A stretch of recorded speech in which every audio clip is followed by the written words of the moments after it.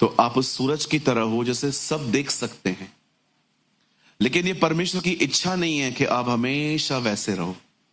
वो चाहता है आप इतने ब्राइटर रहो, इतने ब्राइटर, आप इतने चमकते रहो कि शैतान को अंधा कर दो।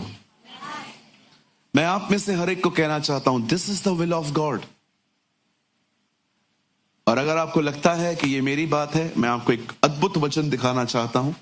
उसके बाद मैं आपके लिए, आप लोग मत खोलिए फिलहाल, ब्रदर आप एक वर्ड लगाइए 4:18 प्रोवर्ब्स। यहां देखिए क्या लिखा हुआ है यहां पर, नीति वचन 4 अध्याय उसका 18 वचन। देखिए ये हमारे परमेश्वर की मर्जी है आप में से हर एक के लिए। परंतु धर्मियों की चाल उस चमकती हुई ज्योति के समान है जिसका प्रकाश दोपहर तक अधिक से अधिक बढ़ता रहता है। This is a will of God. परमेश्वर चाहता है आप बहुत चमके, इतना चमके। लेकिन एक चीज याद रखिए, इस दुनिया में जो भी चीज चमक रही है उससे पहले वो जल रही है। इस लाइट को देख रहे हो, ये जल रही है इसलिए चमक रही है। सूरज को देखो, वो जल रहा है इसलिए चमक रहा है। कई अपने पास वाले को चमकने के लिए जलना पड़ता है। कितने लोग यहां पर मेरी कुछ समझ पाए मैं क्या बोलने की कोशिश कर रहा हूं? हाँ, अंधेरे में आप नहीं चमक सकते जी, पहले जलना पड़ता है। इसीलिए हमारी बाइबल कहती है आत्मा की आग को न बुझने दो, जलना जरूरी है। आप जलोगे शैतान जलेगा। आप जलोगे शैतान जलेगा। कितने लोग चाहते हैं शैतान जले? मैं तो रोज जलाता हूं। हाँ, very good sister, God bless you. जलाओ उसको, यही हमारी बुलाहट है। आप सोचते होंगे ब्रदर अच्छी बातें कह रहे हो आप, पर थोड़ा प्रैक्टिकल वे में बात करें आज कैसे होता है। यस बिल्कुल, आज जो वचन है ये इसके ऊपर ही है। मैं ये विश्वास करता हूं आज आप यहां से बहुत आशीषित होके जाने वाले हैं। आमीन। चलो आज मैं टॉपिक डिक्लेयर करूं। क्या है आज का टॉपिक? कुछ लोग तो झूम उठेंगे सुन के ही। अच्छा brother, really? Yes, the topic of today's word is the presence of God. आज हम प्रभु की उपस्थिति के बारे में बात करेंगे। मैं जानता हूं आप में से यहां पर बहुत लोग हैं जो उससे बहुत प्रेम करते हैं और आप अपने अंदर एक ही डिजायर रखते हैं, हम कहां भी रहें उसके साथ रहें, है ना?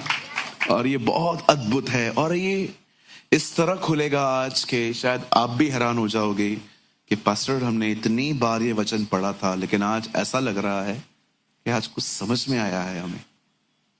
हम स्टार्ट करें? क्या आप तैयार हैं? मीटिंग के बाद हीलिंग प्रेयर है आप लोगों के लिए।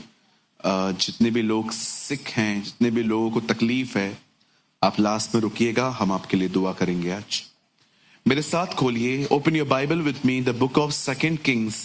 आप मेरे साथ अब खोल सकते हैं दूसरा राजा और उसका 5 अध्याय, chapter 5। Open your Bible with me, the book of 2 Kings chapter 5। हम सब खोलेंगे दूसरा राजा उसका 5 अध्याय।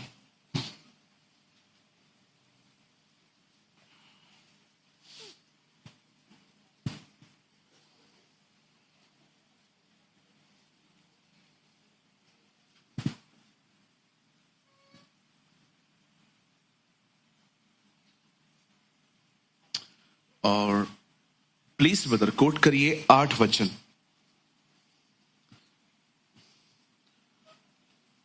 सेकंड किंग्स 5 वर्स 8 यहां लिखा है, यह सुनकर के इज़राइल के राजा ने अपने वस्त्र फाड़े। परमेश्वर के भक्त एलीशा ने राजा के पास कहला भेजा, तूने क्यों अपने वस्त्र फाड़े? वह मेरे पास आए, तब जान लेगा कि इज़राइल में तो भविष्यवक्ता तो है। आमीन। आइए, मैं चाहता हूं आप सब सामने देखें। आई होप आपने वर्ड को टिक कर लिया होगा, बुकमार्क कर लिया होगा। और मेरी आपसे विनती है, आप सामने देखें।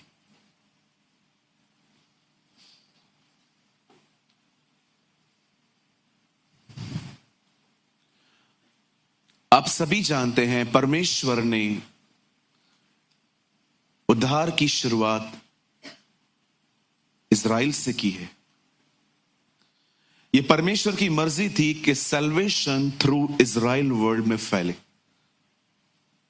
और आप सभी जानते हैं पहला जो पर्सन है जिसका चुनाव किया गया उसका नाम इब्राहिम था, बाद में उसका नाम अब्राहम आया। अब्राहम का वंश जो है वो इज़राइल कहलाता है। और आप देख सकते हैं यह एक ऐसी जाति है जिनके बड़े दुश्मन हैं, बहुत हेटर्स हैं इनके, और बगैर मतलब नफरतों के साथ ही तो तभी भी ये लोग बढ़ते गए हर जगह पे। आप कहां पर भी यहूदियों को अगर किसी भी क्षेत्र में देखें तो वो बहुत आगे। कहते हैं कि इस अर्थ में सबसे बड़े साइंटिस्ट जो थे उनका नाम था आइंस्टाइन, और वो एक यहूदी थे। बच्चों को बहुत एंटरटेन करने वाला एक बच्चा था हैरी पॉटर, वो एक यहूदी था। जबकि मैं सपोर्ट नहीं करता इन चीजों को, क्योंकि वो विच क्राफ्ट और ब्लैक मैजिक जैसी चीजें जो बच्चों के हाथ में ना आए तो ज्यादा अच्छा है। इवन आपको पता होगा कि एक इज़राइल एक ऐसा नेशन है जिसको एक डोम सिस्टम है कि जब भी उनके ऊपर कुछ फेंका जाता है तो बहुत सारी चीजें हवा में ही खत्म हो जाती हैं, वहां तक पहुंचती नहीं है। मैं प्रभु को उस दिन कह रहा था, भले ही उनका सिस्टम डोम है लेकिन हमारा डोम तू है। आमीन। हमारा परमेश्वर हमारा डोम सिस्टम है ना। मुझे ऐसा लगता है जैसे उनको एक डोम ने कवर करके रखा है, हमें यीशु मसीह के ब्लड ने कवर करके रखा है। हालेलुया। आपको नहीं पता जब आप रात को नींद से सो पाते हो और कोई डीमन आपको तंग नहीं कर पाता तो इसलिए नहीं कर पाता क्योंकि आप बहुत राइचस हो। जी नहीं, आपके घर के बाहर मेमने के लहू के द्वारा आपकी रक्षा होती है। क्या हम यीशु के बहाए हुए लहू के लिए एक अच्छी ताली बजा सकते हैं?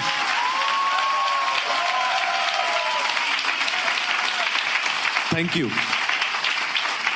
आप लोग जो मुझे ऑनलाइन देख रहे हो, अगर आप अपने घरों में बैठे हो, आप अपने घरों में यीशु के लहू के लिए एक ताली बजा सकते हैं। Thank you. यस, उसके बदन से निकला है वो, है ना। कितना खुदा ने दर्द सहाना हमारे लिए ताकि हम बचाए जाएं, सुरक्षित रहें। अब बाइबल कहती है इज़राइल के पहले से ही बहुत दुश्मन रह चुके हैं, लेकिन एक चीज मुझे कंफ्यूज कर रही थी जब मैंने इस चैप्टर को पढ़ा। एंड बिलीव मी, मैंने दुआ की, मैंने कहा खुदा ऐसा होता है? प्रभु ने कहा बिल्कुल ऐसा होता है। आप जानते हो ये खूबसूरत जो अध्याय है इसकी शुरुआत होती है कि नामान नामक एक सेनापति था जो इज़राइल के खिलाफ था, और लिखा है उसकी जंगों में प्रभु उसको जीत देते थे। अब मैन, एक ऐसा व्यक्ति जो इज़राइल से लड़ने जाता था और परमेश्वर उसको जीत देता था इज़राइल के ऊपर। ये कंफ्यूज नहीं है कि खुदा कोई तेरे बच्चों के खिलाफ आ रहा है तो उसका साथ दे रहा है? आप जानते हो परमेश्वर क्यों कभी कभी दुश्मनों का साथ देता था? Because he is the righteous God. वो कभी उनको प्रोटेक्ट नहीं करेगा जो जानबूझ के पाप करते। Trust me. आप पढ़ सकते हैं। ब्रदर एक काम करिए, आप लोग यहीं पर रहिए। ब्रदर वर्ड लगाइए 5:1, इसका फर्स्ट वर्ड। अगर आपको लगता है कि ब्रदर नहीं ऐसा नहीं हो सकता, यहां देखिए 5 अध्याय 1 वचन किंग्स का।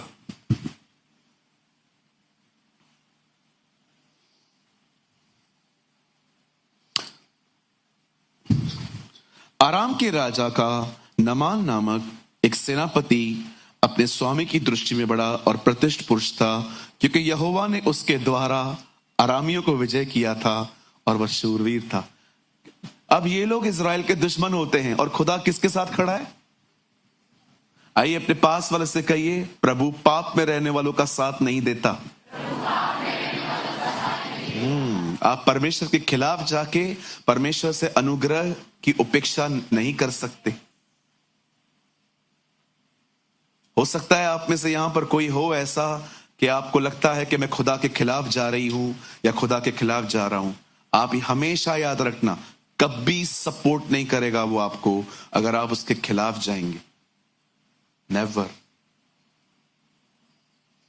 क्या ऐसा हो सकता है कि हम में से कोई सिगरेट पी रहा है और सिगरेट पीने के बाद खुदा से कह रहा है कि खुदा मैं किसी काम के लिए जा रहा हूं, आप उसे सफल करिए। खुदा कहेगा फर्स्ट अपना स्मोकिंग बंद कर। क्या आपको लगता है कि आप एक ऐसे रिश्ते को चाह रहे हो जो खुदा के खिलाफ है और आपको लगता है कि वो काना नगर की तरह आपके विवाह में आएगा? नेवर। एक ऐसा पैसेज है बाइबल का जिसने हिला दिया मुझे कि परमेश्वर ने दुश्मनों का साथ दिया था इजराइलियों को हराने के लिए, क्योंकि इजराइली खुदा के खिलाफ थे। क्या कर रहे थे ब्रदर? वो सब करते थे। अब बड़े ध्यान से सुनिए, बड़ी खूबसूरत है ये, बड़ा बाइबल का विचित्र अध्याय है। बाइबल कहती है आराम की सेना में एक सेनापति था। He was a Centurion. आपने पढ़ा होगा ना नए नियम में भी सूबेदार, सेंचुरियन, जो rough and tough military man होते हैं, है ना? बहुत सारे मिलिट्री वालों को आपने देखा होगा, बड़ी बड़ी मूछें, है ना? मैंने पुणे में एक अंकल को देखा था। मैंने कहा uncle you are rough and tough. उन्होंने कहा यस आई एम। है ना? शुक्र है हमारी मिलिट्री का, हमारी नेवी का। खुदा उनको बहुत ब्लेस करे। आमीन। अब सुनिए यहां पर क्या हुआ। बाइबल कहती है आराम की सेना में एक व्यक्ति था, उसका नाम था नामान। कोई नहीं जानता था कि वो एक कोढ़ी है। आप में से कितने लोग ये बात जानते हैं? इस समय जब इजराइल पर हमला हुआ तो उस हमले में वो लोग कुछ लोगों को बंदी बना के लेके गए, जिसको इंग्लिश में कहते हैं हॉस्टेज। एम आई राइट? आप जानते हो ये अभी नहीं हुआ है ब्रदर। सेकंड वर्ड लगाइए, यहां देखिए, आपको लगता होगा बहुत बहुत अमेजिंग है। आराम के राजा, आरामी लोग दल बांधकर इजराइल के देश में जाकर वहां के एक छोटी लड़की को बंदुआई में ले आए थे। ये जो अभी हो रहा है ये पहले से होता आया है। जब दुश्मन इजराइल पे हमला करते थे, कुछ लोगों को मार देते थे, पर कुछ लोगों को वो पकड़ के बंदी बना के लेके जाते थे। जैसे इन दिनों में जब इजराइल पर पहला हमला फिलिस्तीनियों ने किया तो वो लोग कुछ लोगों को हॉस्टेज बना के लेकर गए थे, बंदी बना के। और एक दिन क्या हुआ, नामान ने इजराइल पर चढ़ाई कर ली और वो वहां से बहुत सारे लोगों को बंदी बना के लेकर आया। अब ये बाइबल में नहीं लिखा गया है, लेकिन ये मैं खुद इमेजिन करता हूं कि हाँ ऐसा हुआ होगा। मुझे लगता है कि नामान की वाइफ ने एक छोटी सी बच्ची देखी और उससे नामान से कहा होगा ब्रिंग हर टू होम, उसको घर लेकर आओ। क्यों? वो घर में झाड़ू पोछा सब करेगी, चार्जिंग वगैरह सब करके देगी, मोबाइल वगैरह। जब उन्होंने उसकी वाइफ ने उस छोटी सी बच्ची को देखा जो उसको हॉस्टेज में लेकर आए थे, बंदुआई में लेकर आए थे, तो उसने डिसाइड किया कि ये बच्ची हमारे घर पे आएगी और झाड़ू पोछा, डस्टिंग, टीवी साफ करेगी, मोबाइल वगैरह सब चार्ज करके दे देगी। और अब इस लड़की को अपने घर पे लेकर आए। मैं फिर से कहता हूं, प्लीज डोंट जज मी, ये वहां लिखा नहीं है, पर ये मेरी खुद की सोच है और मैं जानता हूं एग्जैक्टली ऐसा हुआ होगा। और अब वो लड़की, बाइबल कहती है, वो नामान के घर पे डस्टिंग, क्लीनिंग, कटिंग, चॉपिंग का काम करती थी। मुझे ऐसा लगता है एक दिन वो लड़की जब नामान के कपड़े धोती होगी तो उसमें से स्मेल आती होगी, देयर इज अ पस एंड ब्लड। और जब उसने देखा होगा ये तो पस है, ये तो ब्लड है, तो उसने अपनी मालकिन से जाके कहा होगा मैम बहुत बदबू आ रही है, क्या है? और उससे बड़े प्यार से उसे कहा होगा डार्लिंग एक चीज मैं तुझे बताना चाहती हूं, मेरा पति है ना वो एक कोढ़ी है, वो मर रहा है।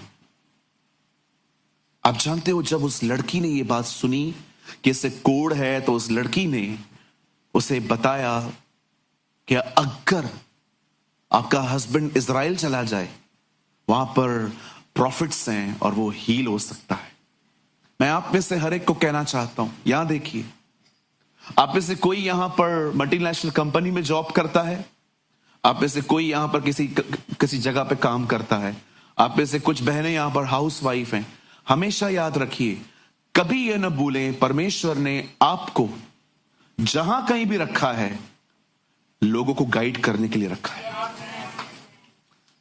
परमेश्वर कई लोगों को, जब कुछ लोगों को लगता है बस नौकरी ही मेरा लक्ष्य है, जी नहीं, टेक दिस सीरियसली।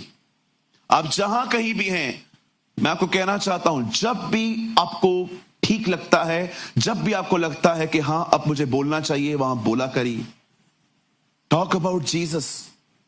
इस छोटी सी बच्ची को देखिए, उसे अपॉर्चुनिटी मिली खुदा के बारे में बात करने की और वो चूकी नहीं। हम कई बार सोचते हैं अगर मैं इसको बता दूं ये बिलीव थोड़ी करेगा।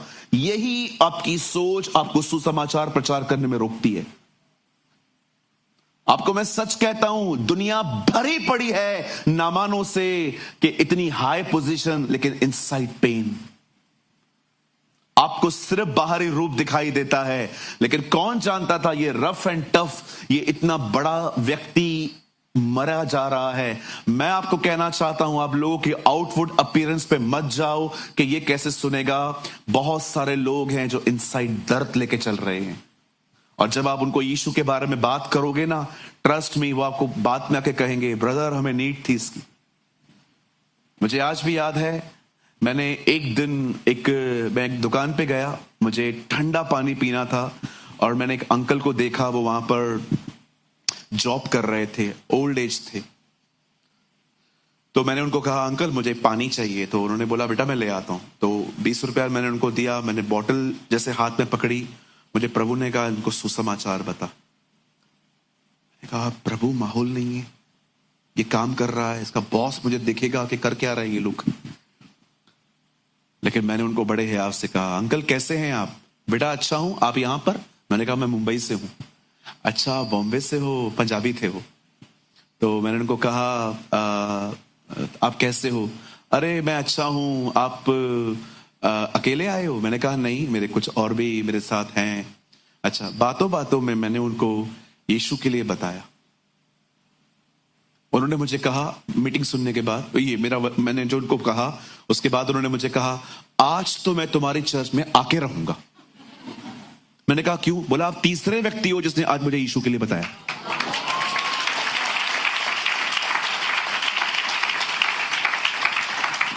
मैंने कहा यहां से 2 किलोमीटर दूर मेरी मीटिंग है। बोला मैं शाम को परिवार के साथ आ रहा हूं। उनका बॉस उनको देख रहा था, तो उन्होंने को बोला मैं जाऊंगा। पूरे परिवार के साथ शाम को आए थे, पूरा परिवार आया। उन्होंने समर्पण वाली दुआ भी करवाई कि हाँ हम यीशु को अपना प्रभु स्वीकारते। Oh that's beautiful.